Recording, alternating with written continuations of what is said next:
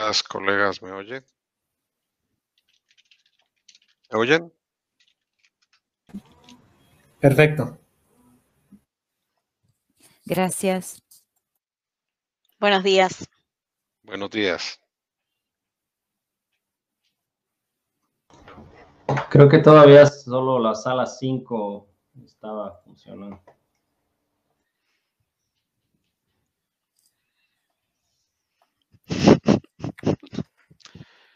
Cinco comentarios.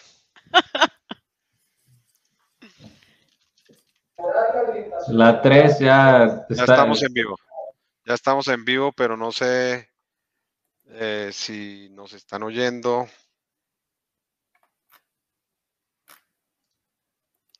Yo estoy mirando la transmisión de la sala 4 y todavía dice en unos instantes comenzamos. Ok.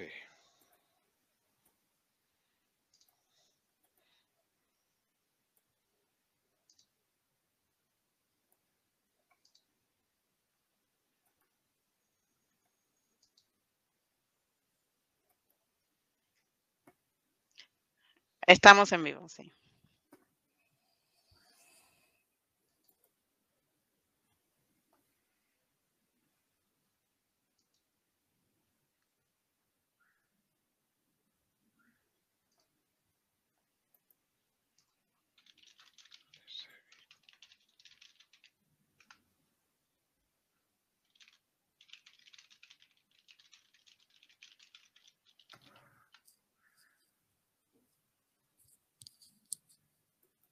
Ok, entonces empezamos, Gracias. Francesca.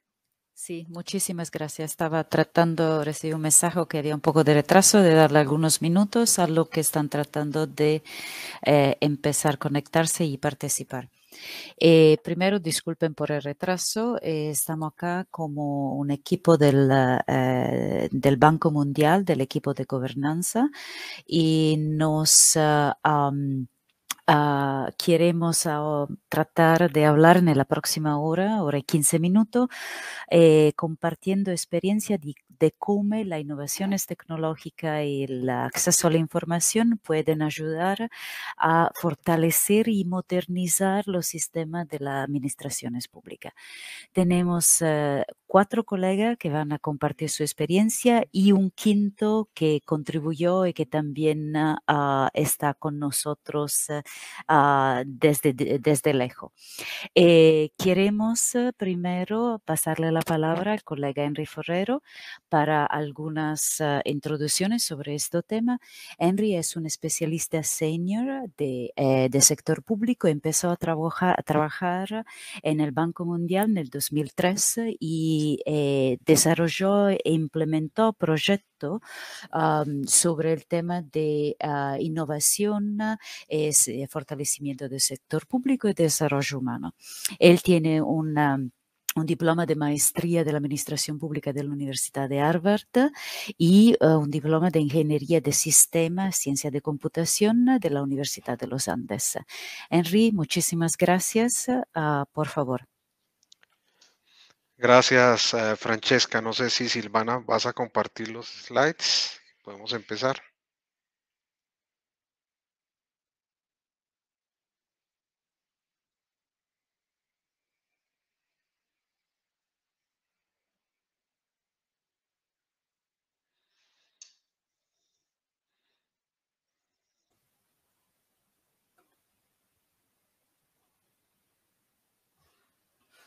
Silvana, si hay problema, puedo tratar yo también. Y Henry, si vos quiere empezar a ofrecer alguna reflexión, ¿no? Estoy compartiendo, no sé si no lo ven, ¿cómo puedo hacer? No, ahora Ahí sí, sí. perfecto. Gracias. Perfecto, mil gracias. Bueno, no, digamos que todo gracias Francesca y Silvana.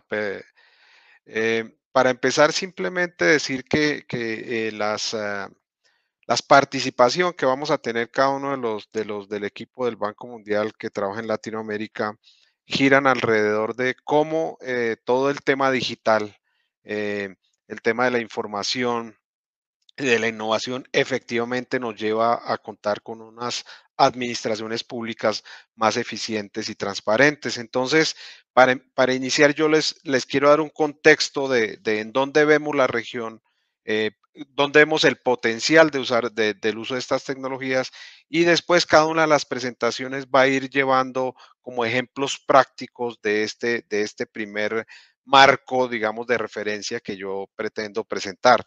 Si vamos a la siguiente slide, por favor. Para empezar,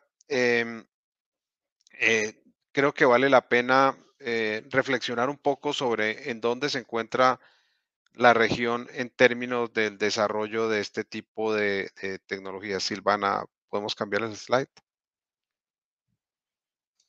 La he cambiado, no sé, capaz hay un delay, disculpas, pero a ver, ahora está mejor. Ahí, perfecto. Lo que está subrayado en rojo es la región de Latinoamérica y el Caribe, y se está haciendo un comparativo con otras regiones del mundo. Y básicamente lo que queremos decir acá, los diferentes colores significan cómo se ha movido el desarrollo de estos temas en 3 mediciones distintas. La que está en azul un poco más oscura es la más reciente, que es del 2020, si no estoy mal. Y lo que se ve es que la región, pues si bien ha avanzado, digamos, consistentemente y todas las regiones se comportan más o menos igual, en todo caso seguimos un poco retrasados respecto a lo que puede estar pasando en Asia, o respecto a lo que puede estar pasando en los países de la OECD. En la región en general podemos decir también que existe un alto grado de heterogeneidad entre los países. O sea, no todos se desarrollan a la misma velocidad, no todos, digamos, logran fortalecerse de tal manera que utilicen de una forma más efectiva este tipo de tecnologías. Lo que hemos visto también en nuestra región es que los gobiernos tradicionalmente se han enfocado a fortalecer los sistemas, digamos, transversales de gestión. Todos estamos trabajando en sistemas de finanzas públicas, algunos, la gran mayoría, estamos trabajando en sistemas de inversión pública, muchos en temas de recursos humanos, pero en general nos enfocamos en este tipo de sistemas transversales, que en algunos casos también este desarrollo se da de manera aislada. Eso es lo que ha pasado, digamos, hasta el momento. Como les decía, el último índice de medición está para el 2020. Y si pasamos al siguiente slide, podemos ver un poco más en detalle ya dentro de la región cómo estamos, ¿no? Silvana, por favor. Perfecto. En este slide lo que podemos ver es cómo están los países de la región comparados con los países de la OECD, que es el primero que está allá arriba en verde. Un aspecto interesante que seguramente muchos de los participantes aquí ya pues se han dado cuenta y han reflexionado sobre este tema, es que la pandemia y las restricciones de movilidad que la pandemia nos trajo, pues ayudó en cierta medida a que este tipo de tecnologías se desarrollaran mucho más rápidamente de lo que todos estábamos pensando.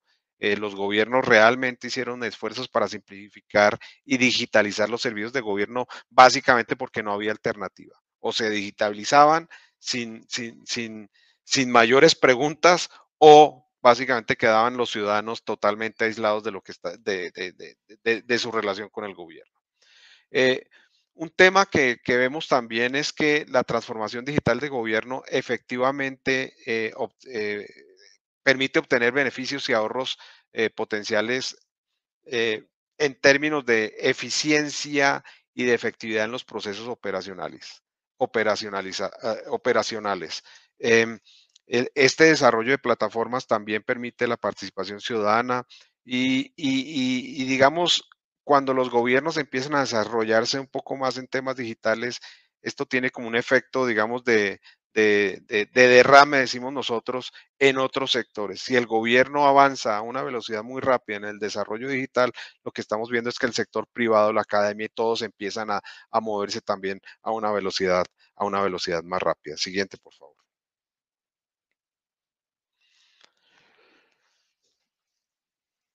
En este slide tenemos dos gráficas que son interesantes. Si nos concentramos en el de la izquierda, estamos viendo el índice de desarrollo de gobierno digital contra en el eje de las Y la efectividad del gobierno. Y lo que se está viendo en esta primera gráfica, como digo, de la izquierda, es que hay una correlación directa entre el desarrollo de los temas digitales y la efectividad del gobierno. Ahí tenemos mapeados todos los países de la región, todos más o menos cercanos a la línea roja.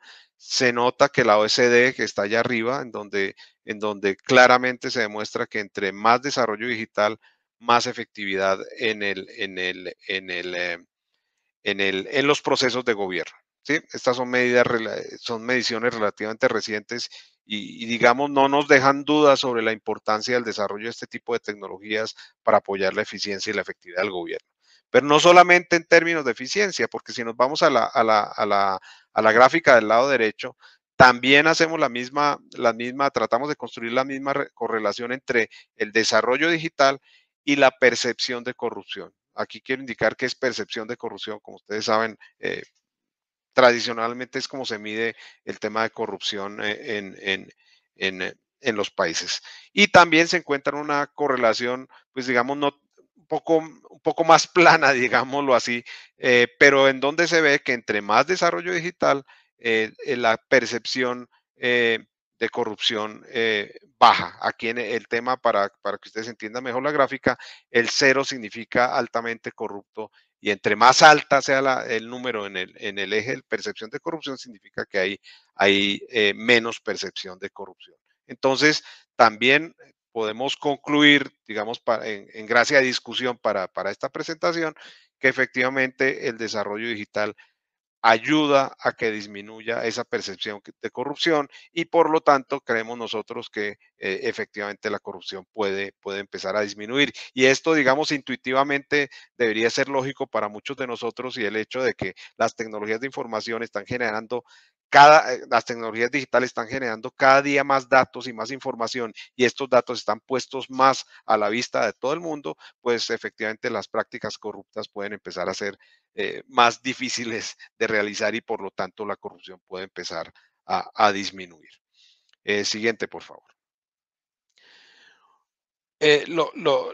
En este slide lo que estamos tratando el mensaje que estamos tratando de decir es cuál ha sido el desarrollo de este tema del gobierno digital.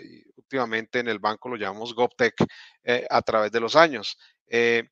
No voy a leer todo el texto, pero digamos hemos pasado de un gobierno analógico, un gobierno con prácticas hechas a mano, con procesos totalmente desconectados, muy enfocados al interior de cada institución. Llegamos hace unos años al tema de gobierno electrónico, que era más impulsado por la oferta, sí enfocado en el usuario, pero más impulsado por la oferta, pero básicamente había una relación como que en un solo sentido entre el gobierno y el ciudadano. Y hemos llegado en los últimos años, en los últimos, digamos, 5 o 6 años, a lo que se ha conocido como gobierno digital o GovTech dentro del banco. Y ya es el momento en donde estamos viendo que los procesos y procedimientos que se diseñan son digitales desde su nacimiento y eso hace una diferencia muy grande. O sea, ya cuando pensamos el gobierno y en la solución de los procesos de gobierno, naciendo desde el primer momento con el apoyo digital, con el apoyo de las tecnologías, pues cambia un poco en temas de cómo se hacen los procesos ante el gobierno. Son mucho más impulsados por el ciudadano. Hemos visto también que el ciudadano empieza a participar más. Son más abiertos, como decía, la información empieza a estar más al servicio de todo el mundo. Y digamos, se tiene un gobierno y una administración un poco más proactiva que llega mucho más a los ciudadanos. Siguiente, por favor. ¿Por qué es diferente? ¿Por qué son diferentes cuando decimos gobierno digital o GovTech? ¿Por qué esto es diferente a lo que tradicionalmente se ha venido haciendo? Primero es que claramente genera una eficiencia de ahorros, o sea, y lo vamos a ver seguramente en los ejemplos que presentamos más adelante.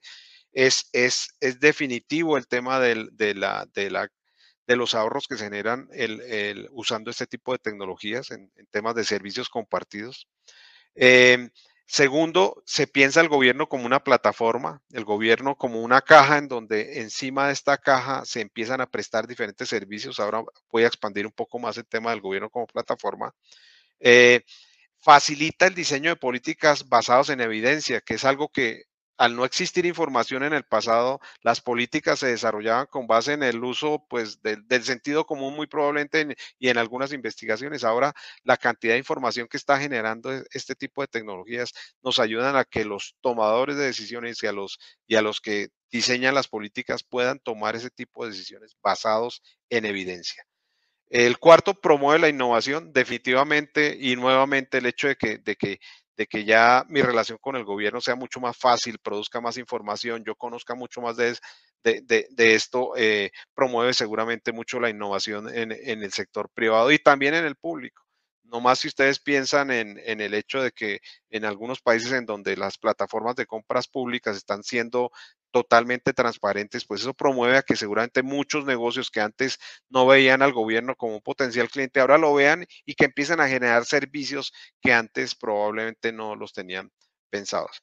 El quinto, pues debería aumentar la confianza en el gobierno, en la medida en que el gobierno sea más transparente y que los datos efectivamente estén puestos a disposición de los ciudadanos.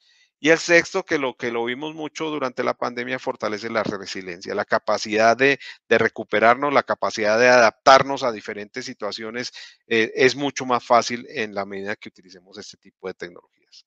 Siguiente, Silvana, por favor. Les decía un poco que parte importante del mensaje que nosotros tenemos es que efectivamente las tecnologías digitales lo que hacen es facilitar la construcción de lo que nosotros llamamos plataformas públicas digitales, que se ve en esta gráfica que está en el lado derecho del slide. Y es cómo construimos las bases para que una vez construidas como gobierno, puedan ser utilizadas por los diferentes sectores, por los diferentes servicios y cada cual pueda empezar a desarrollar servicios particulares de acuerdo con sus responsabilidades y sus mandatos. Ejemplos de esto lo vamos a ver en las presentaciones de mis colegas, pero la idea es, el gobierno debe ser pensado ahora porque así la tecnología lo facilita como una plataforma sobre la cual, una vez yo tenga los elementos fundacionales debidamente desarrollados, temas como identificación digital, temas como documentos electrónicos, temas como firma digital, temas como plataformas de interoperabilidad, mientras cuando el gobierno ya empieza a desarrollar y tenga maduros este tipo de plataformas, encima de ellas puede empezar a construir servicios más efectivos a los ciudadanos. Un ejemplo de eso puede ser lo que está sucediendo en Colombia en este momento con la cédula digital.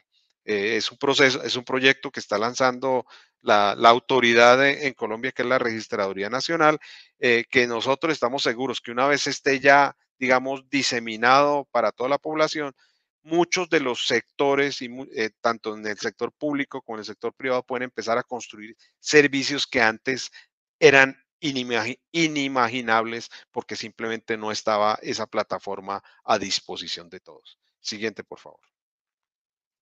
Ahí lo que queremos presentar ya, y con esto ya termino, es el enfoque de bloques que le hemos dado al interior del banco para la construcción de este tipo de las plataformas públicas digitales. Siguiente. En la base están lo que nosotros llamamos los elementos fundacionales, los que son la base de la plataforma. Ahí encontramos temas como los sistemas de identidad digital y su complemento con el registro civil. ¿Por qué es importante? Es fundacional que el país cuente con un muy buen sistema de identidad de los ciudadanos y que este esté ligado al registro civil. Estos son proyectos relativamente complejos, pero que ya estamos empezando a ver en la región.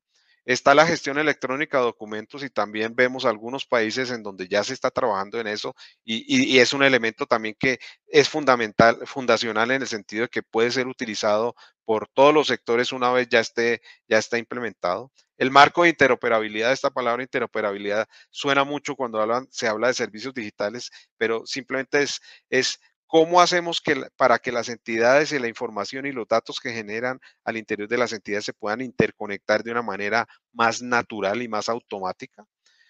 Un tema importante también que es fundacional es el tema de protección de datos y privacidad. Entre más tengamos servicios a los ciudadanos, entre más tengamos facilidades para la identidad de los ciudadanos, empezamos a tener un problema que antes no teníamos, y es que podemos empezar a tener temas de problemas de privacidad y protección de datos. Entonces, esas leyes que aseguran que la información de los ciudadanos están protegidas, que la información con que cuenta el gobierno es conocida por el ciudadano, pues es fundamental también.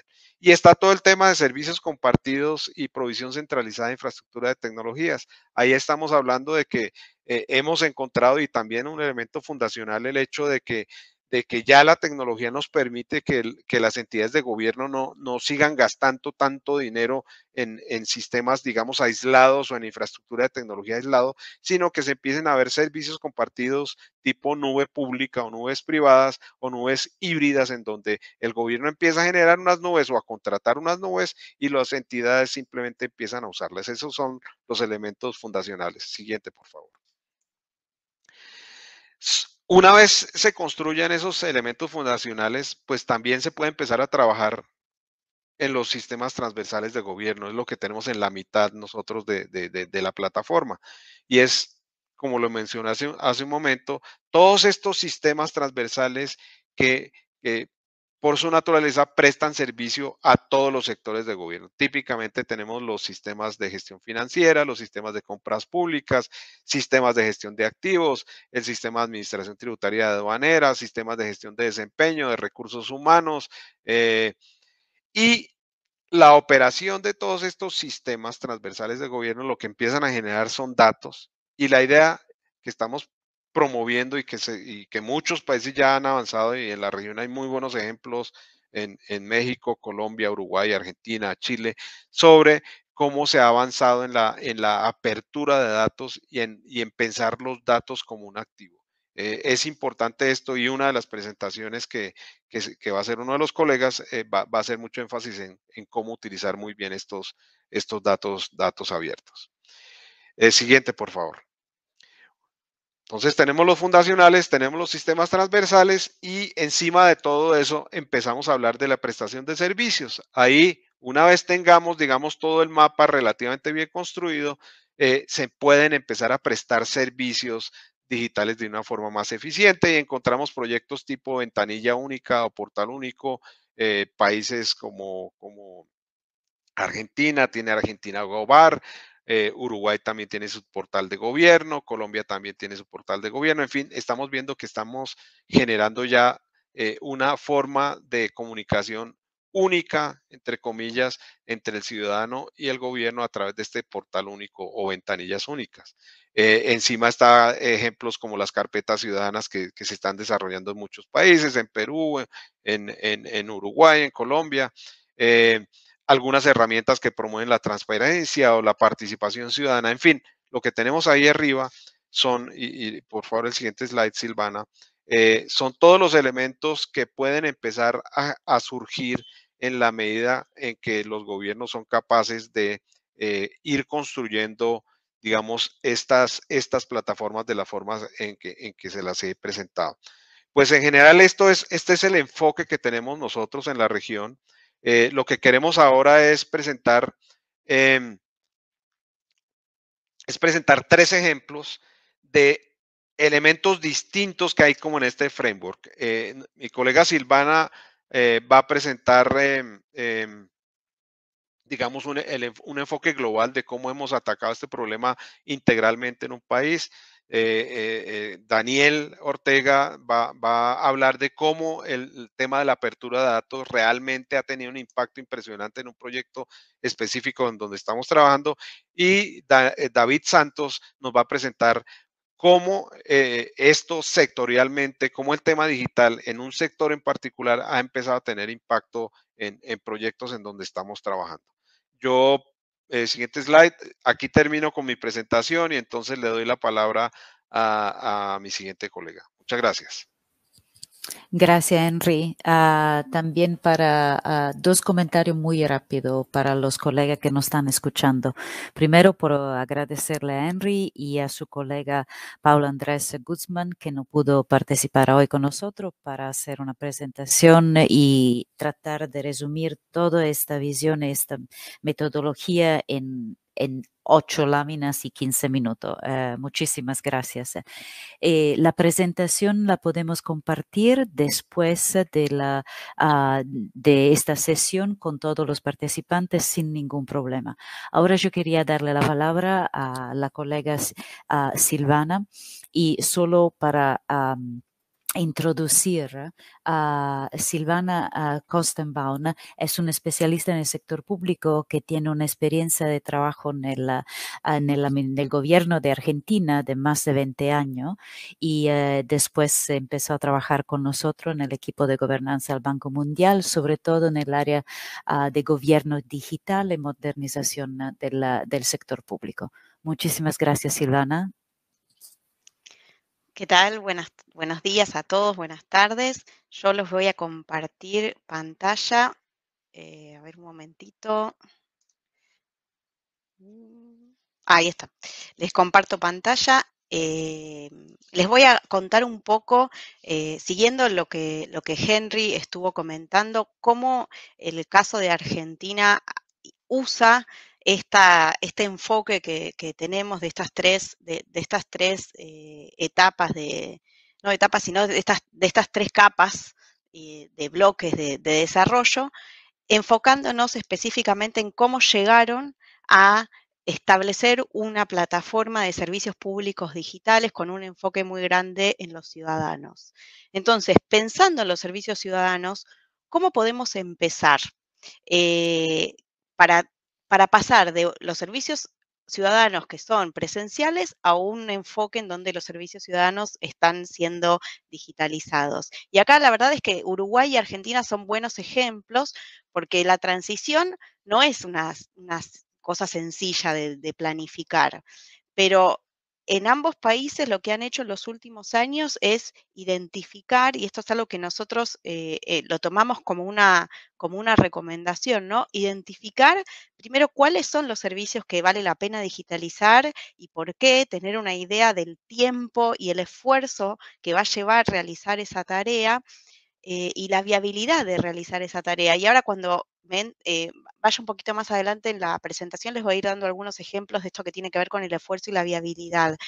Es muy importante tener una estrategia de desarrollo, algún marco que guíe la acción a seguir a nivel gobierno y tener también un marco de monitoreo para hacer un seguimiento. Nosotros tenemos un proyecto con Argentina en donde fuimos haciendo un seguimiento de los avances, no solo en la oferta, sino también en el uso de los ciudadanos de estos servicios y les voy a mostrar al final de mi presentación un poco cuáles fueron esos resultados. Pero primero, entonces, ¿cómo se hace para definir cuáles servicios deben digitalizarse? No todos los servicios pueden ser digitalizados. Hay algunos servicios que tienen que seguir manteniéndose en un contexto presencial. Por ejemplo, no sé, el casamiento. Es muy difícil pensar en un casamiento que puede llegar a realizarse completamente en forma digital porque uno necesita a las personas y que den su consentimiento. Entonces, así como ese ejemplo que es un poco extremo, y es importante tener una idea en cada administración pública de cuáles son los servicios que se prestan a la ciudadanía y a las empresas, no solo digitales, sino en cualquier formato. Entonces, una vez que tenemos una idea de cuál es el catálogo de servicios, empezamos a poder mapearlos y organizarlos. Y acá les voy a mostrar después, en el caso de Argentina, cómo hicieron ellos también para ir mapeando y organizando esos servicios. ¿Por qué? Porque básicamente lo que uno puede hacer es identificar algunas categorías generales de tipos de trámites que comparten algunas condiciones eh, es- sistematizadas. Entonces, una vez que uno puede definir las categorías de tipos de trámites, uno puede identificar cómo ir adelante, porque lo que estamos tratando de hacer es encontrar un mecanismo, una estrategia para digitalizar masivamente servicios públicos. Y ahí un criterio para poder hacer esta priorización de cómo organizarnos puede ser usar una estrategia que tiene que ver con una identificación de prioridades altas para los ciudadanos de esos servicios y un impacto alto para los ciudadanos de la digitalización de esos servicios. Y acá ya desde el inicio estamos pensando con una orientación al ciudadano, que es, bueno, ¿qué es importante para los ciudadanos y qué les trae un impacto grande para los ciudadanos? ¿Por dónde empezamos? Empezamos por aquellos trámites que les van a cambiar la vida a la mayoría de las personas. No tratamos de empezar por trámites que son muy poco frecuentes, porque ahí no se ve el impacto y quizás todo el esfuerzo para definir el flujo de trabajo no termina de ser suficiente para poder escalar después. Y acá tomamos una visión un poco de una presentación de AGESIC, de la Agencia de Uruguay, de cómo justamente a través de pensar un desarrollo que pase de ser artesanal a industrial, se puede escalar la prestación de servicios públicos. Ahí la clave es poder categorizar los tipos de servicios e identificar esas características comunes que tiene que tener cada tipo de servicio. Por ejemplo, con qué otros sistemas tiene que dialogar para poder realizarse en forma completa, qué tipo de autenticación se necesita de los individuos para realizar ese trámite. Por ejemplo, no es lo mismo sacar un turno online para un consultorio de un hospital público que realizar una solicitud de antecedentes penales ante la autoridad policial. El nivel de validación es diferente de la persona para realizar cada uno de esos trámites. Entonces es importante tener esa diferencia en cada una de estas categorías que se van armando para poder después identificar cómo tiene que ser el flujo. Lo mismo, por ejemplo, con el tema de si se necesita para completarse el trámite algún pago electrónico o no para terminar de realizar el servicio. Algunos servicios requieren que haya un pago asociado. Entonces, eso es importante, ir identificándolo en la construcción del esquema para después hacer más fácil la construcción del flujo y poder escalarlo, para que el organismo central que define la política pueda dar instrucciones y materiales a los organismos individuales que quieren desarrollar estos servicios para los ciudadanos o las empresas. Entonces, como yo les decía, ¿cómo hacemos para ir de lo artesanal al industrial? Construimos una tipología de servicios. Vamos a ver en el caso de Argentina cómo se hizo. Salir de pensar en el desarrollo de cada servicio en forma individual, sino ir analizando los requisitos por tipo de servicio y la identificación de esos activos compartidos. Centrar los esfuerzos en el desarrollo de estos estándares compartidos y estos activos compartidos. O sea, ¿qué se necesita para poder desplegar estos servicios? Y esto tiene que ver con las diferentes capas y los diferentes bloques que estaba mostrando Henry antes de esta pirámide, que hay algunos elementos fundacionales que tenemos que tener. Y una vez que se tienen, se abre la puerta para diferentes desarrollos de los diferentes tipos de servicios. Y como último paso también, proporcionar, y esto también lo vamos a ver cómo Argentina lo hace, los componentes básicos a los diferentes sectores y a los diferentes organismos dentro de la administración pública para que puedan construir sus servicios utilizando los estándares establecidos. Entonces, en el caso de Argentina, Argentina desarrolló en los últimos años, a partir del 2017, varias plataformas de servicios públicos digitales, a través sobre todo del acceso de Mi Argentina, por Mi Argentina Gobar y por la app móvil Mi Argentina, se pueden acceder a un montón de credenciales que son resultados de trámites, pero también sirve como usuario, como un generador de usuario para acceder a la plataforma de trámites a distancia, que también se empezó a desarrollar a partir del 2017, 2018.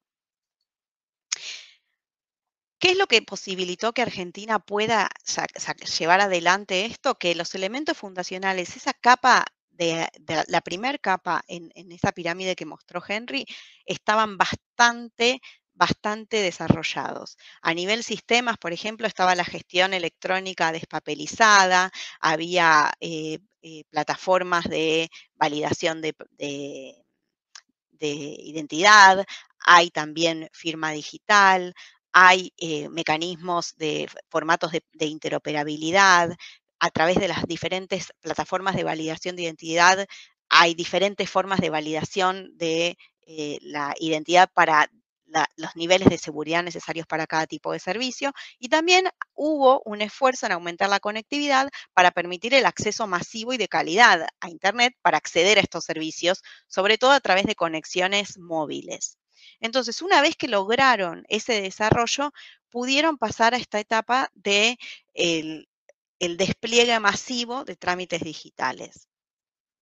Acá vemos que el portal Mi Argentina y la plataforma de trámites a distancia se interconectan y permiten, como ventanilla única de acceso para servicios administrativos del Estado, un acceso igualitario y sin intermediarios para los ciudadanos a todas, en cualquier parte del país. Y esto también representa un acceso transparente a servicios que ofrecen varios organismos públicos e incluso diferentes gobiernos subnacionales también. Esto lleva transparencia, baja los costos de los trámites y permite una igualdad de acceso en todo el territorio. Pensando en Argentina en particular, es un país bastante extenso, entonces si uno antes pensaba que tenía que hacer el trámite presencial o se tenía que ir a alguna oficina específica que quizás no le quedaba cerca de su casa o de la sucursal de la empresa, y si no tenía que mandar las cosas por correo y hasta que llegaran y que no se perdieran o se retrasara la gestión porque venían de otro lado. Entonces esto se evitó y fue es uno de los valores agregados de estas plataformas de trámites a distancia. Y acá quiero concentrarme un poquito, espero que se lea bien, en justamente cómo hicieron para construir esta tipología, después el modelado y después estas tres cosas características para poder expandir los servicios digitales. Una tipología, el modelado, que es un modelado uniforme de acceso transparente para los ciudadanos, y un diseño centrado en el ciudadano. Fíjense que lo que hicieron en Argentina fue identificar 9 tipos de trámites. Cualquier cosa que el Estado brinde a los ciudadanos o a las empresas se encuadra en alguna de estas 9 categorías. Entonces, eso ya permite construir desde la parte, o sea, construir pensando en un servicio digital desde el diseño, justamente un flujo de trámite, un flujo para el servicio que acompañe cada una de estas categorías. En el caso de Uruguay, la tipología llevó a 11 categorías, acá son 9. O sea, puede variar, no es única, pero logra ordenar. Una cosa es tener 9 tipos de trámites sobre los que hay que diseñar un flujo y un tipo de diseño específico versus 1.500, que son los trámites, o 1.800, que son los trámites que se ofrecen hoy. O sea, la identificación de que hay tipologías que tienen características similares permitió avanzar para esta masividad de los trámites.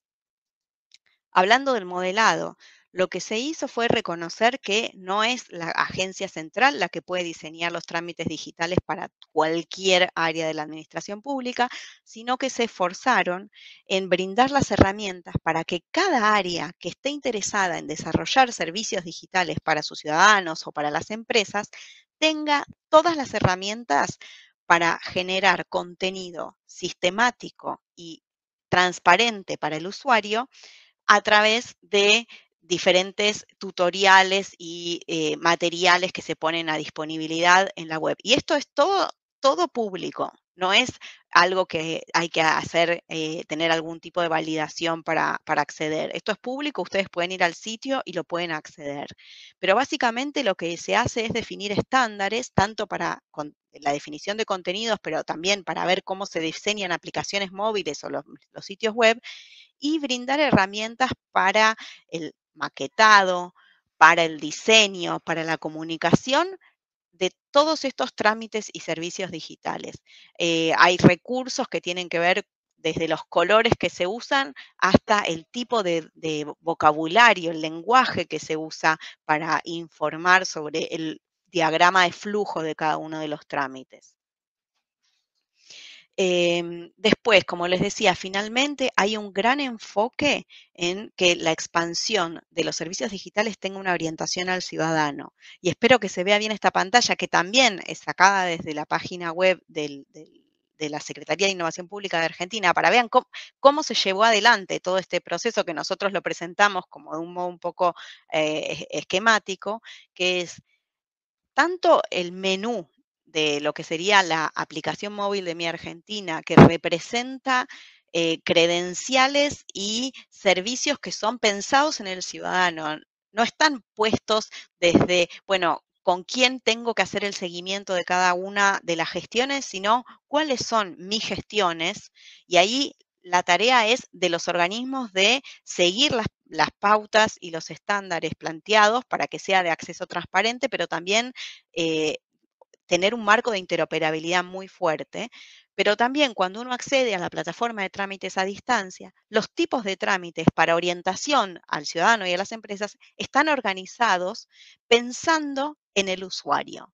Por ejemplo, si es una empresa, bueno, ¿cuál es el ciclo de negocio sobre el que necesita realizarse el trámite? ¿Tiene que ver con importaciones, con comercio? ¿Tiene que ver con la contratación de empleados? ¿Tiene que ver con la creación de un nuevo negocio? Pensando en los ciudadanos, el marco está relacionado con el ciclo de vida, tiene que ver con la formación de una familia, tiene que ver con el registro de los bienes que se van haciendo, tiene que ver con la atención a adultos mayores o el cuidado de la salud o la educación. Entonces, al hacer el diseño transparente, el ciudadano no se tiene que preocupar con quién tiene que interactuar dentro del Estado, se preocupa por identificar el tipo de trámite que necesita en función de su experiencia de vida.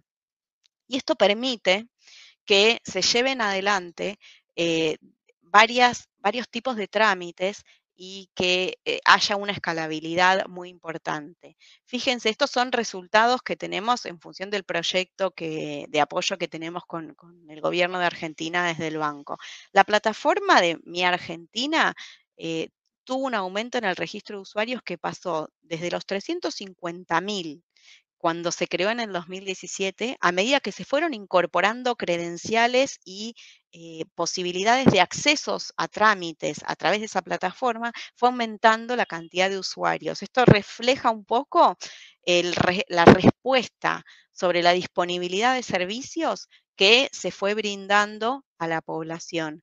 Claro que con la pandemia hubo un aumento muy importante, porque como estaban las bases ya dadas para aumentar la cantidad de servicios disponibles en la plataforma y de proveer más credenciales a los ciudadanos para poder verificar sus propias gestiones, hoy tenemos aproximadamente 9 millones de personas registradas en el sitio Mi Argentina que operan en el sitio, no solo en el sitio Mi Argentina, sino que operan como plataforma, como una ventanilla única para la plataforma de trámites a distancia.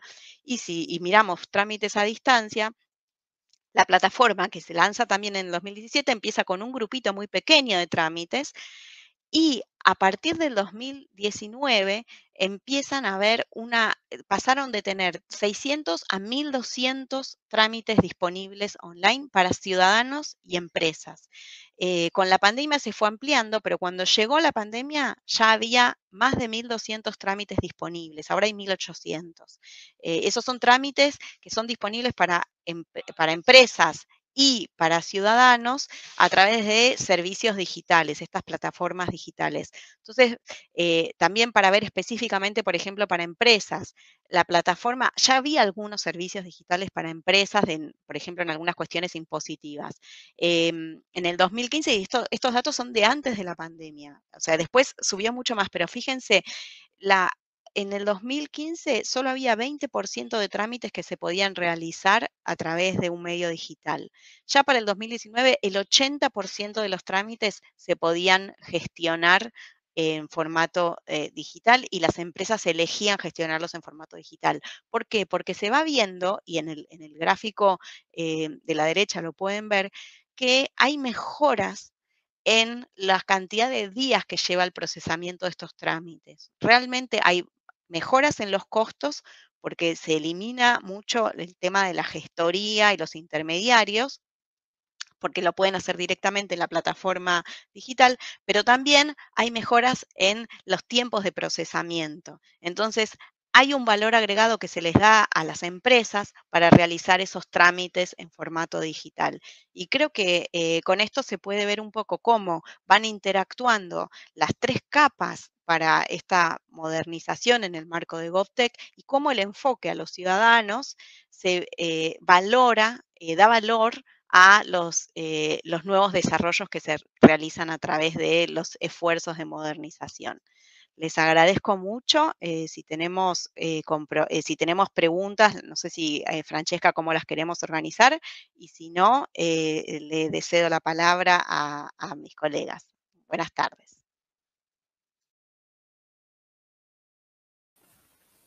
Muchísimas gracias, Silvana. Y yo pienso que sería útil continuar con la presentación y recoger toda la pregunta al término de la presentación. Gracias.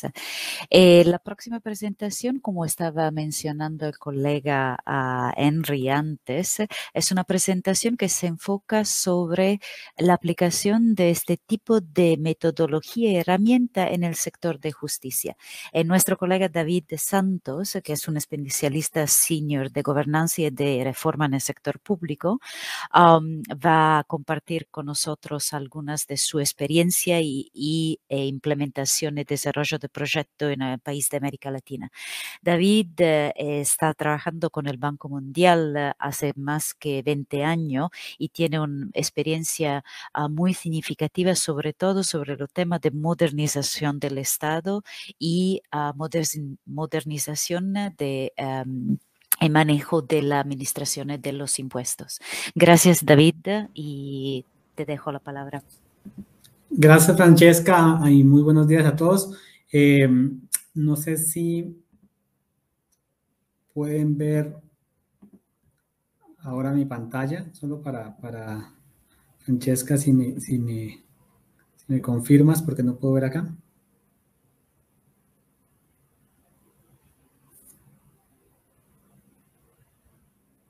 ¿Pueden ver ahí mi pantalla? Perdón, Francesca. No puedo verla. ¿Perdón? Sí, se ve. Perfecto. No, pues muy buenos días a todos. La idea de esta presentación es un poco hablar sobre cómo la transformación digital puede contribuir muy directamente a afrontar los retos sectoriales de los distintos negocios, ¿no? En este caso del sector justicia. Primero, empezando a analizar un poco los retos que tiene el sector justicia, normalmente nos encontramos con el reto de ampliar cobertura y acceso a los servicios de justicia, ¿no? ¿Cómo llegamos a proveer justicia a aquellas regiones que están un poco alejadas de las ciudades capitales? ¿Cómo logramos dar unos servicios de justicia adecuados a poblaciones vulnerables y poblaciones que normalmente se encuentran fuera de la atención de estos servicios? También cómo incrementar la eficiencia de la acción judicial. Sabemos que muchos de los procesos judiciales son extremadamente tardados y no terminan en tiempos adecuados. Entonces, cómo ser más eficientes tanto en tiempo como en recursos que el ciudadano destina para estos procesos, ¿no? De la misma forma, el mejorar la calidad e imparcialidad de las decisiones judiciales es importante. Cómo buscar de alguna manera contribuir para que las decisiones de los jueces no estén sesgadas por factores que no deberían, ¿no? Como el género, el estrato social u otros factores que podrían incidir en las decisiones, ¿no? Y otro reto importante es el cómo también fortalecer el control dentro del actuar judicial, pero también la transparencia de todo el proceso. Porque todo esto, digamos, en su conjunto, al final termina fortaleciendo la credibilidad y confianza del ciudadano en el sector, en este caso de justicia. Entonces, con todos estos retos, es importante ver cómo la transformación digital puede contribuir a esto. Y hay un proyecto o un tipo de proyecto de iniciativa en transformación judicial en justicia que es muy común y es el expediente judicial electrónico. que es básicamente es el eje para apoyar todos estos retos que veíamos en el sector justicia. Y aunque se ve muchas veces como muy doméstico, como tramitar un expediente de un lado a otro, de un escritorio a otro, que todos puedan ver los papeles y de alguna forma hacer el proceso ágil, tiene muchos otros temas atrás, ¿no? Digamos, primero, el tema de permitir el servicio omnicanal, es decir, que un ciudadano pueda presentar un caso por una aplicación web o por un portal, presenta una demanda, pero al mismo tiempo llamar por teléfono para preguntar en qué estado va su caso, ¿sí?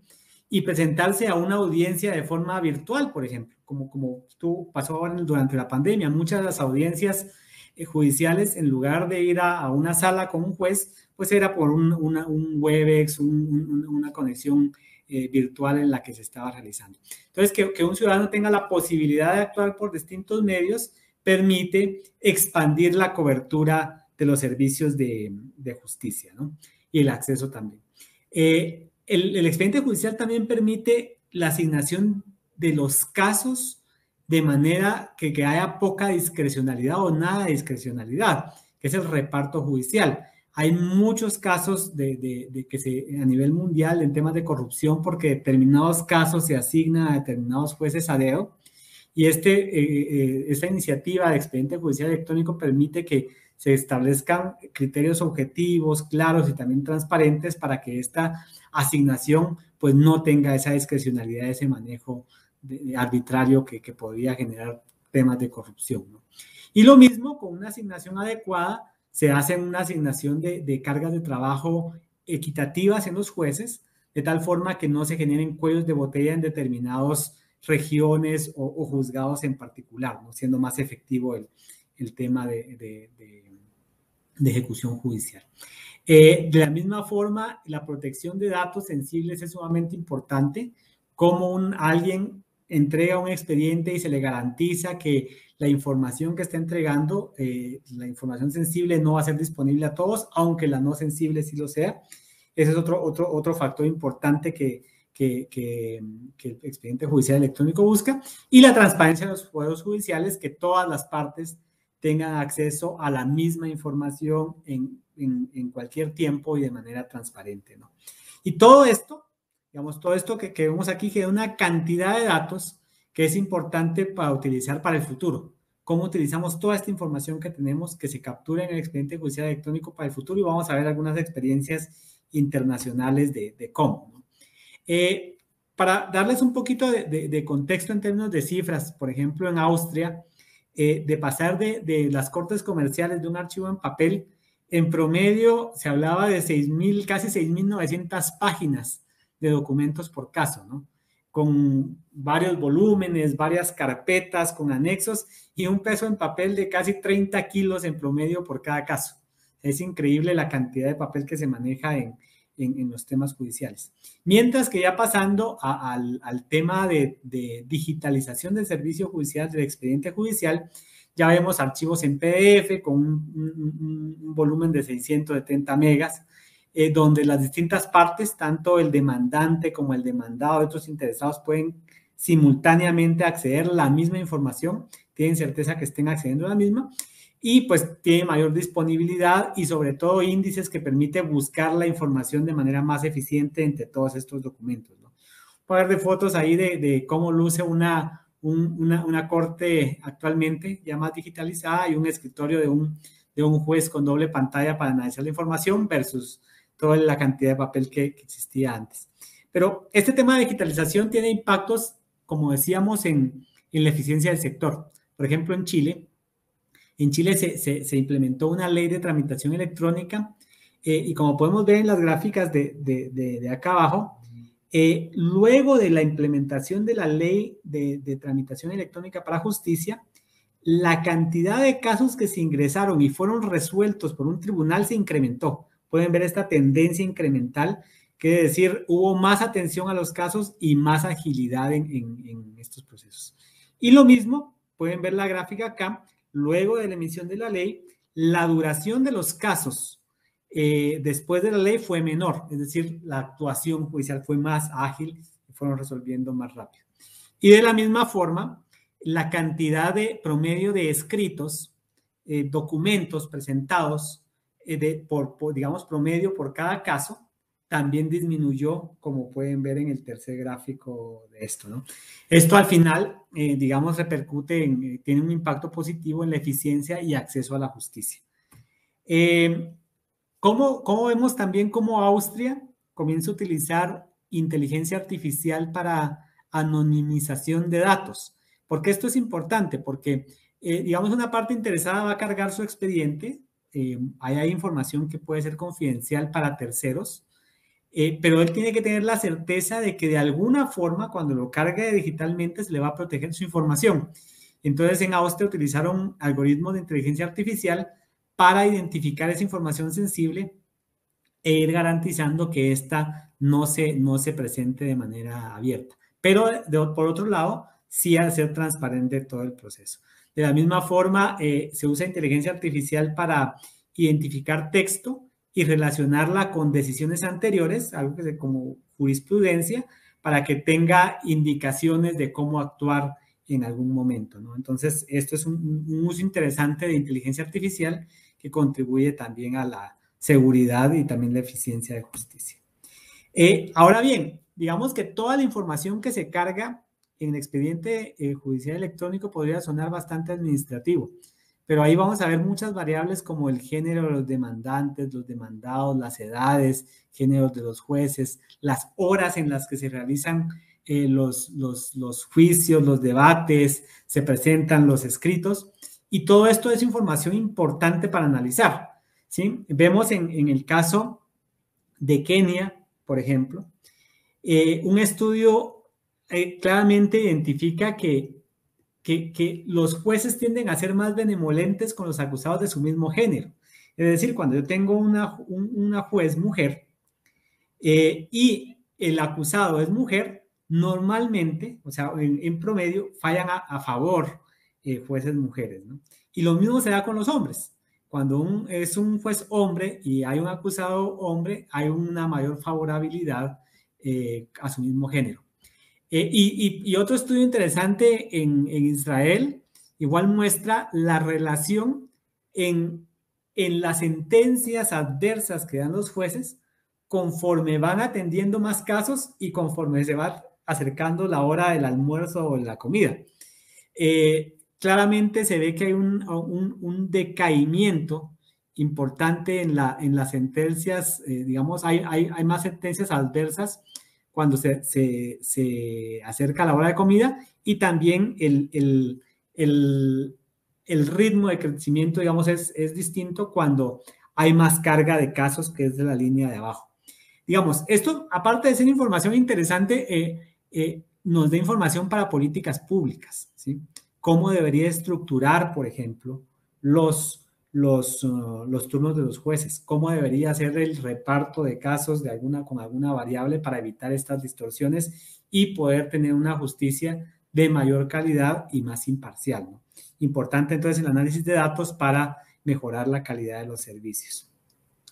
Y para comentarles también, este tipo de reformas son de largo plazo, muy largo plazo, muy costosas. Expandirse a todo el territorio nacional es complejo, por lo cual, digamos, avanzar gradualmente por fases es algo inevitable, con lo cual una estrategia de transformación digital para el sector justicia siempre debe ser el primer paso a tomar y de los temas más complejos.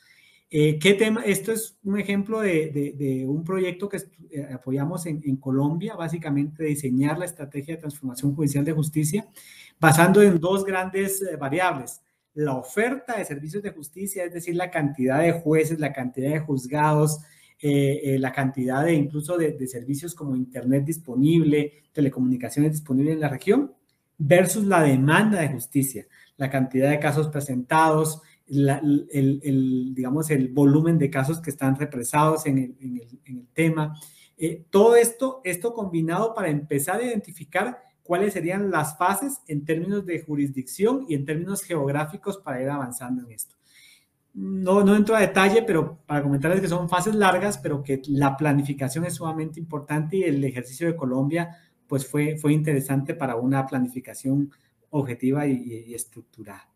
Entonces, en función de esto, para no extendernos más en ejemplos, un poco de lecciones aprendidas y conclusiones del tema es que claramente el tema de transformación digital en el sector justicia de largo plazo, la planificación y estrategia es clave. Y sobre todo, también pensar en la gestión del cambio, porque va a involucrar cambios incluso en la estructuración de personal. Dos ejemplos sencillos acá que nos encontramos en muchos países, los perfiles de notificador y perfil de escribano como funcionarios públicos de la rama judicial. Cuando empezamos a hablar de notificación electrónica, de presentación de casos electrónicos, pues realmente el rol, el perfil de notificador va disminuyendo, ¿no? Va a ir disminuyendo con el tiempo. Y el del escribano, que era la persona que estaba tomando notas en las cortes, pues también se va cambiando porque ahora automáticamente con las audiencias virtuales hacen transcripción automática. Entonces, estos perfiles cambian para poner unos temas muy sencillos. Y muchos de este personal puede entender una transformación digital como una amenaza, ¿no? Entonces, desde el principio, empezar a trabajar en la gestión del cambio, haciendo claridad de que no es un despido de personas, sino es una reestructuración para mover este tipo de personas a un tema más de análisis, más de identificación de información, es importante en esto, ¿no? Otro tema importante es el tener, digamos, contexto de los instrumentos tecnológicos. Cuando vamos a digitalizar temas, un tema, por ejemplo, que siempre salta es la resolución de expedientes. Todos quisiéramos que tengamos la mayor cantidad de resolución para ver el último detalle en las fotos que nos presentan como evidencia y estos temas, ¿no? Pero al mismo tiempo, esa resolución tiene un peso. Y un peso que si queremos expandir los servicios a regiones donde la conectividad es limitada, posiblemente tiene un efecto contraproducente, porque los documentos no van a descargar bien, no van a poder ver la información y estamos limitando a un conjunto importante de población a que tenga acceso a estos temas de justicia. Entonces, encontrar un balance adecuado entre los temas tecnológicos que ofrecemos y lo existente es importante antes de comenzar a tomar decisiones de este tipo. La confidencialidad es sumamente importante y seguridad de la información, porque si no la garantizamos desde el inicio puede matar la iniciativa desde el inicio, ¿sí? Proteger los datos sensibles, proteger la forma en que se asignan los casos es importante, entonces es algo de poner mucha atención. Y algo que vemos siempre, tratemos de simplificar antes de automatizar para no solo automatizar la misma burocracia, sino ser eficientes. Y sobre todo lo último, a partir de todos estos datos que tenemos, que vamos a recolectar, se recolectan, pues no solo usarlos como estadística, sino utilizarlos para tomar decisiones y sobre todo hacer política pública basada en evidencia porque hay mucha información sensible. Entonces yo me quedo allí. Muchas gracias por el tiempo y estamos. Muchísimas gracias, David. Sumamente interesante la presentación y el enfoque sobre el tema del sector de justicia y la experiencia internacional. Por último, y después vamos a recoger algunas preguntas por los participantes, vamos a escuchar la experiencia de nuestro colega Daniel Ortega Nieto, que es un especialista senior de gobernanza, sobre su experiencia utilizando información y datos con herramienta muy nueva y innovativa para fortalecer el sistema de transparencia y rendición de cuenta de los países. Daniel ahora está liderando el programa del Banco Mundial en el sector de administraciones públicas y sector público en Brasil, y antes de empezar a trabajar con el Banco Mundial estuvo trabajando por el gobierno de México, Estados Unidos. Tiene una experiencia muy larga en la intersección entre la administración pública y herramienta digital e innovativa. Gracias, Daniel. Muchas gracias, Francesca. Muy buenas tardes a todos los participantes. Un placer estar con ustedes. Como Francesca comentó, hoy les vamos a mostrar una herramienta que hemos desarrollado en Brasil. Hemos piloteado aquí en diferentes niveles de gobierno y estamos intentando llevar a otros países en la región y, en fin, en otras regiones también. Entonces, el sistema que hoy les presentaremos es un sistema de evaluación de riesgos y es básicamente un sistema que ayuda a confrontar la corrupción y mejorar el gasto público a través de Data Analytics. El ejemplo que les daré hoy es el de Brasil. Y bueno, para concentrarnos en la magnitud del problema, hoy en día Brasil se estima pierde entre 3 y 5% del PIB en esquemas de corrupción. ¿Y qué es lo que sucede en la práctica? Vemos que los gobiernos carecen de herramientas y muchas veces la capacidad de llevar a cabo evaluaciones sistemáticas de fraude. Y lo que sucede es que hay análisis básicamente manual, se genera evidencias que son basadas en anécdotas y se requieren muchos recursos financieros y humanos para realizar estos trámites. Y un ejemplo de nuevo para entender la magnitud del problema es que, por ejemplo, en el estado de Sao Paulo solamente, más de 50,000 empresas participaron en procesos de licitación en 2019, por ejemplo. Pero ¿cuál es la buena noticia? Es que la ciencia de datos, Data Analytics, también nos permite intentar confrontar estos problemas. Entonces, como sabemos, el fraude generalmente deja algún tipo de rasgo y se puede utilizar herramientas sofisticadas para sistemáticamente buscar esos problemas y optimizar la asignación de recursos. Lo que les presentaré un demo hoy en día, después de unas diapositivas, es lo que hemos hecho en algunos estados y municipios aquí en el país. Pero antes de ir a la demostración, les quería comentar los 4 pilares sobre los cuales se basa el sistema. El primero de ellos son datos públicos. Ya entraré un poco más en detalle, pero creamos un data lake con millones de datos, uno de los mayores del mundo. En segundo lugar, los fundamentos analíticos. La herramienta no solo está basada en un análisis académico extensivo, pero también en conversaciones extensas con especialistas que en el día a día están lidiando con estos temas. En tercer lugar es la escalabilidad. Desde un inicio, nuestra intención fue llevarlo a varios lugares en Brasil y fuera. Entonces, además de utilizar software de código abierto, utilizamos una estrategia escalable que nos permite llevar este sistema rápidamente a otros lugares. Y finalmente, la orientación al cliente. Como verán, es una interfase fácil de utilizar y tiene el potencial de customización, ¿no? De personalizar. En relación al gran volumen de datos públicos, existen varios tipos de datos públicos en los cuales hace uso esta herramienta. Generalmente son datos de gasto público. Entonces, entre ellos, por ejemplo, tenemos datos de nivel contractual, o sea, licitaciones, y tenemos más de 500,000 millones de reales de datos de 12 estados y el gobierno federal. Tenemos datos de la nómina del sector público, millones de funcionarios a lo largo de todo Brasil. Datos sobre beneficios sociales, 20 millones de beneficiarios de programas sociales. Hemos trabajado con facturas electrónicas, tenemos más de 15 millones de ellas de 2 estados. Hoy en día no tenemos datos de registros bancarios, pero esos datos tienen una camada bastante interesante que permitiría profundizar el análisis. Y además de datos de gasto público, tenemos otro tipo de datos que hacen de esta herramienta algo bastante poderoso. Primero son datos sobre empresas prohibidas o que han sido castigadas en diferentes jurisdicciones, datos electorales, datos de más de 800,000 donaciones electorales y 20 millones de políticos. Noticias en línea, se creó un pequeño robot que busca informaciones actualizadas sobre personas, empresas relacionadas a corrupción para tener esa base actualizada. Se georreferenciaron millones de empresas y tenemos datos de direcciones de sede central, socios, sectores económicos y demás de cientos de miles de empresas. Y también, finalmente, cuestiones de relaciones laborales. Brasil es un país con muchos datos y tienen una base de datos bastante utilizada en la academia también, en la base RAIS, que básicamente describe las relaciones entre 4 millones de empresas y aproximadamente 70 millones de públicos y privados en Brasil.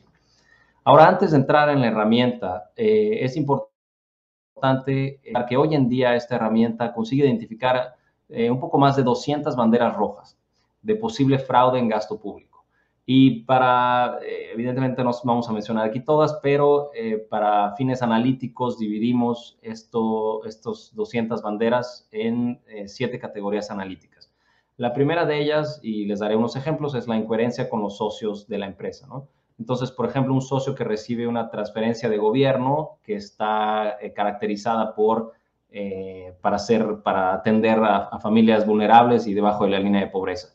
O un socio tiene habilidades no necesariamente necesarias para la empresa en la que trabaja.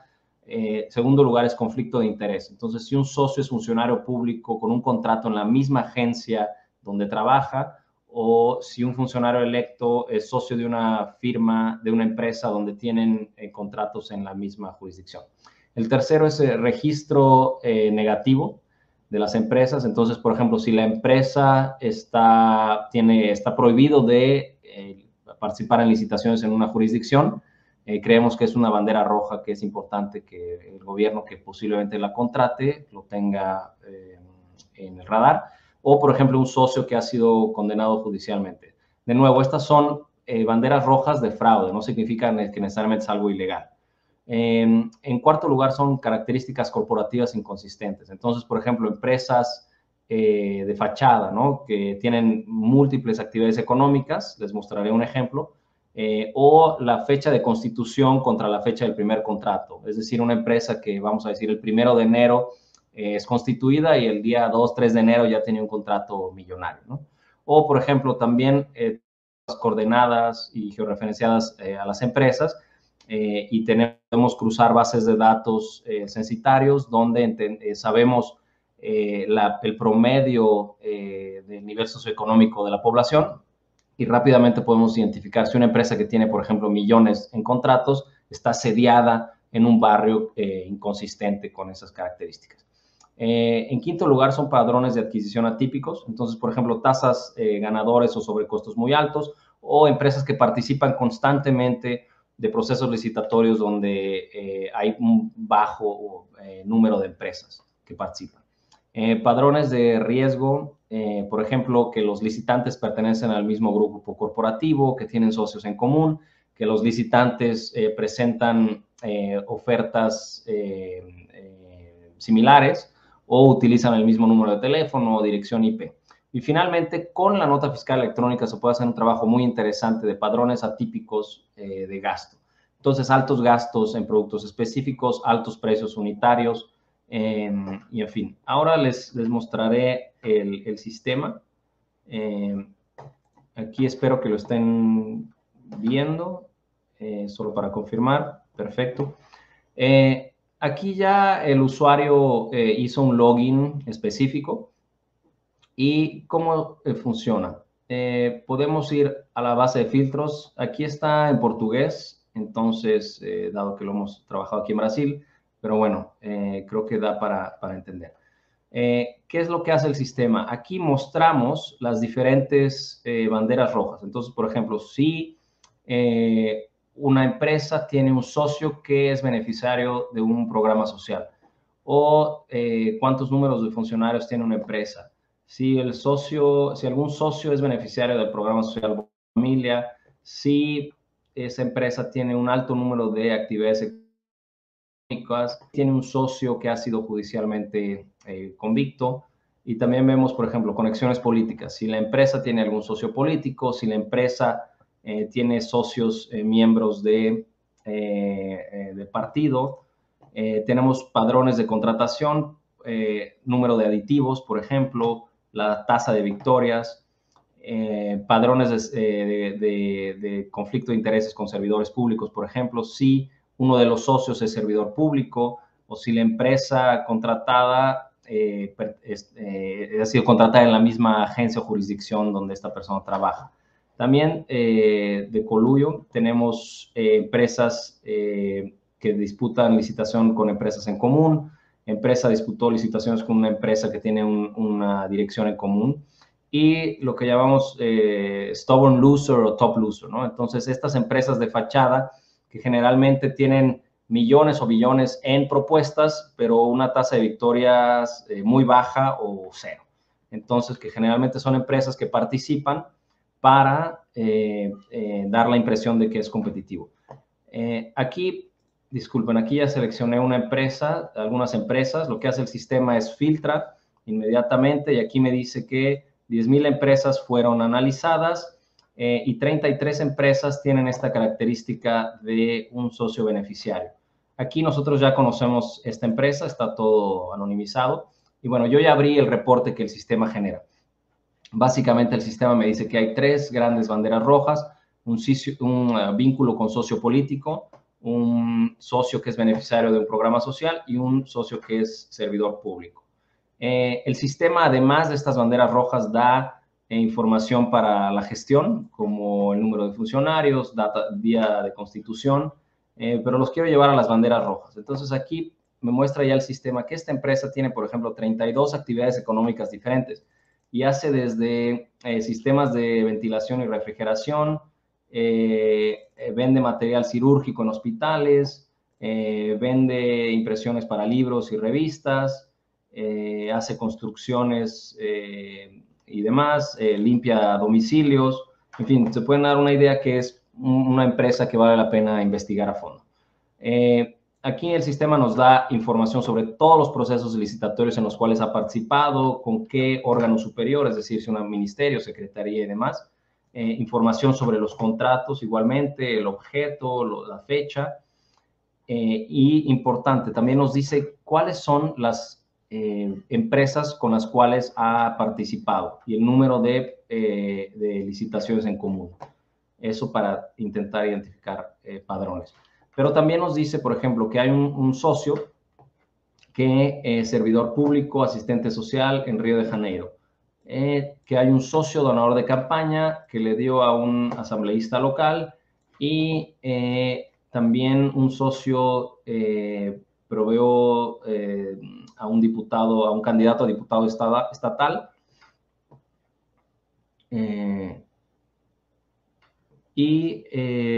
También sabemos que esta empresa es ganador de Top Loser, es decir, estas empresas que pueden ser de fachada, y ya les mostraré un ejemplo. Ahora, les comenté que habíamos georreferenciado a las empresas. Bueno, aquí está cargando. En lo que carga, les quiero mostrar una empresa que es Top Loser. ¿Y cómo podemos saber eso? Tenemos que esta empresa tiene en propuestas más de $1 billón y nunca ha ganado una licitación desde 1983 de actividades económicas. Ahora, otra manera en la cual el sistema funciona es a través de, podemos buscar empresas directamente, podemos buscar órganos públicos, ¿no? Aquí son todas las agencias o secretarías. Yo ya aquí abrí una para facilitar. Esta es una secretaría en un estado en Brasil que tienen contratos más de 6 billones, en propuestas más de 72 billones. ¿Y qué es lo que hace el sistema? Inmediatamente me genera este reporte donde me dice que esa secretaría en particular tiene contratos con 19 empresas que tienen socios políticos, contratos con 2 empresas que tienen más de 30 actividades económicas. Esto evidentemente se puede ajustar para arriba o para abajo. Contratos con 10 empresas que han sido castigadas en una jurisdicción diferente. Y 5 empresas que tienen socios de programas sociales. Y obviamente aquí me muestra a cada una de ellas y el sistema puede generar un link. Finalmente, para concluir, quería compartirles una visualización interesante que es conflicto de interés. Lo que podemos ver aquí es cada puntito representa un municipio de un estado.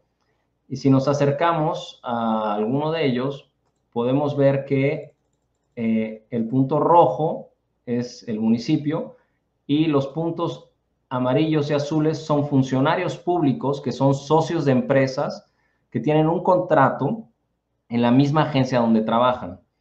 Y pueden ver aquí que es extremadamente prevalente en este estado y eso nos puede llevar a repensar políticas públicas, en este caso, por ejemplo, de conflicto de interés y si la legislación actual está funcionando. Voy a regresar rápidamente a la presentación para darles una idea de los resultados preliminares. Hoy en día identificamos más de 400 empresas que ganaron ofertas contra empresas que tienen alta probabilidad de ser empresas, perdón aquí por el portuñol, empresas de fachada. Identificamos más de 800 empresas que ganaron procesos de licitación con empresas que tienen al menos un socio en común, más de 400 empresas que tienen beneficiarios de programas sociales, en este caso Bolsa Familia, y más de 500 empresas que son propiedad de servidores públicos que trabajan en la misma agencia donde se ejecuta el contrato. Y para finalizar, esta es una agenda bastante amplia. Lo que acaban de ver hoy es el sistema de análisis de riesgos, pero también estamos trabajando en cuestiones de evasión fiscal, trabajo analítico, de inteligencia artificial y gasto público, padrones de gasto en sectores y una parte de lavado de dinero. Les agradezco mucho por su atención. Gracias.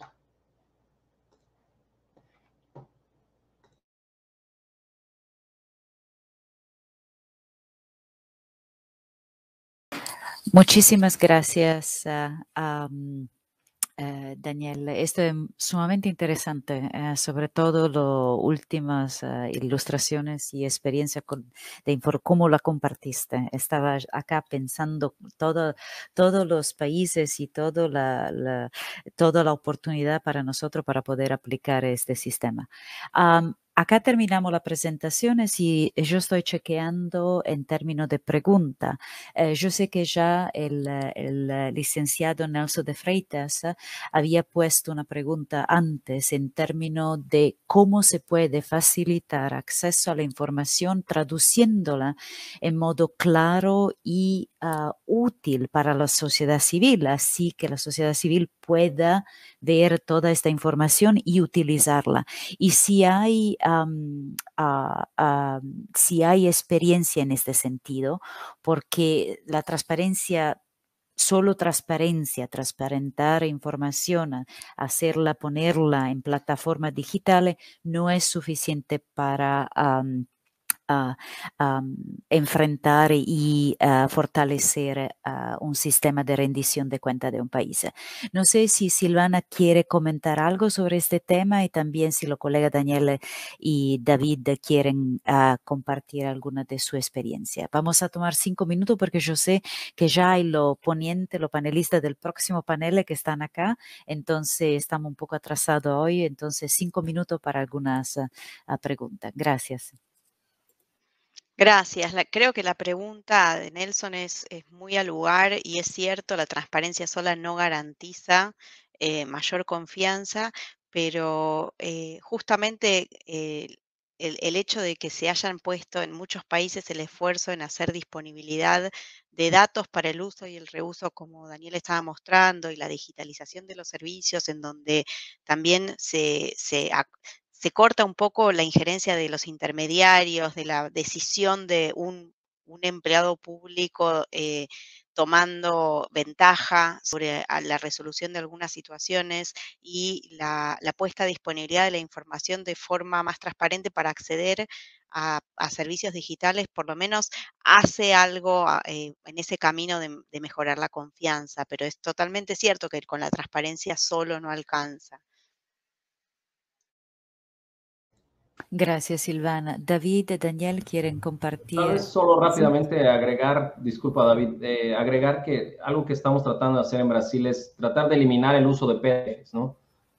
Porque muchas veces se puede transparentar, se puede poner al aire, muy difícil de tratar y es una cuestión que se tiene que considerar. Gracias.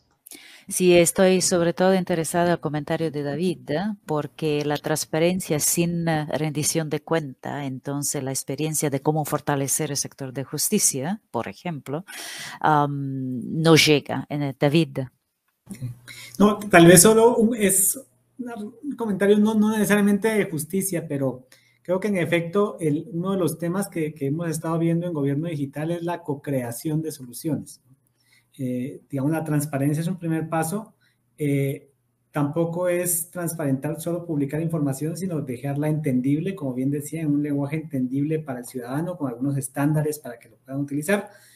Pero sobre todo, motivar e invertir en que la población, el sector privado, la academia y otros centros de investigación vengan y nos ayuden para empezar a pensar en solución de problemas sectoriales con los datos disponibles, con la información disponible.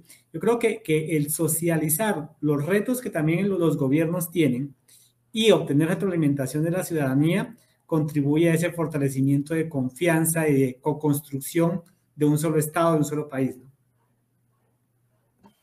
Muchísimas gracias, David. Yo no veo otra pregunta y como estaba diciendo, estamos un poco atrasados. Quería confirmar que vamos a compartir la presentación que los colegas hicieron con todo. La vamos a enviar a la organización, así que todo lo puedan ver. Y nosotros estamos disponibles si ustedes quieren más información sobre alguna de estas experiencias. Nosotros incluimos muchas experiencias y ejemplo en 1 hora y 15 minutos. Entonces yo sé que hay más preguntas, pero nosotros, si ustedes quieren, está interesado, podemos compartir más información y documento. En la presentación hay también los correos electrónicos donde nos pueden enviar su pedido. Muchísimas gracias a los 4 ponentes y todos los colegas que hicieron posible este panel y muchísimas gracias y que tengan un buen seguimiento para este congreso. Gracias.